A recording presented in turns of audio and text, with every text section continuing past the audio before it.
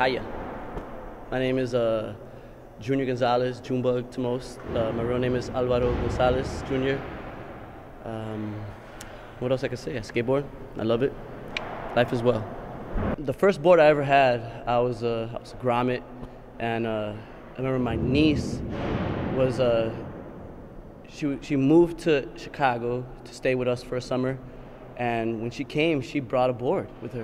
It was like an old school GT, like an old school, 70s little board, plastic board.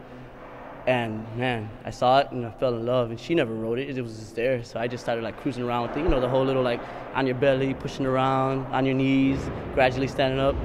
And dude, that's my first board. I mean, it was hers, but that was like the first board I ever skated. And I fell in love with it, and I didn't skate for a long time. And in the 80s, I like traded all my G.I. Joes and Transformers and all this stuff because my mom wouldn't get me a board. I got psyched on skateboarding and I wanted to get a board, and she wouldn't do it because she said I get hurt.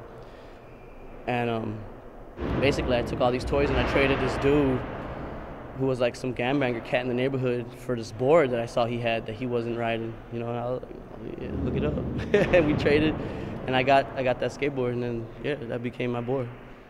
State and Lake was Chicago skateboarding for many, many years, and Oak Street Beach too. A lot of people that are in Chicago now don't even know it because it's just, the city doesn't take care of it, and nobody hangs out there and skates like they used to. They'll lay out in the sun or whatever, but I've thrown a few jams at Oak Street Beach just to like try to let people remember like this is what held Chicago together. It was like the glue that held us together for so many years in the 80s, into the 90s, when it was just, the 80s was big up until like 87 or whatever, died. 88 is completely dead, and then whatever late 80s dates might be, a couple, 1 or 2 years off, but then like it just died. And in the 90s, it was just dead up until they started, with the X Games and all that shit. It kind of become like corporate skateboarding, and it is what it is now, I lived in San Francisco, and I moved out there in 95 to get away from here and check out something new, I only knew very few people, barely anyone, just went out there just to skate. It was wintertime, and I saw how much they had going on for them, man, and it was killer. It was insane. For 95, what was going on? It was the last golden age of San Francisco, and I'm blessed to have been there. But I moved back because I saw how much they had, and Chicago was like way huger, and there was nothing going on. It was dead. So I took it upon myself. I thought, man, if I could go back and like make some shit happen, I should. My friend Johnny Fonseca, he used to be pro for real. He's still killing it. He's my homie. At one point, he was like, man, skateboarding is like getting crazy. There's all these kids coming in, man. We should make some shirts that say originals on it. Like we're like the State and Lake heads.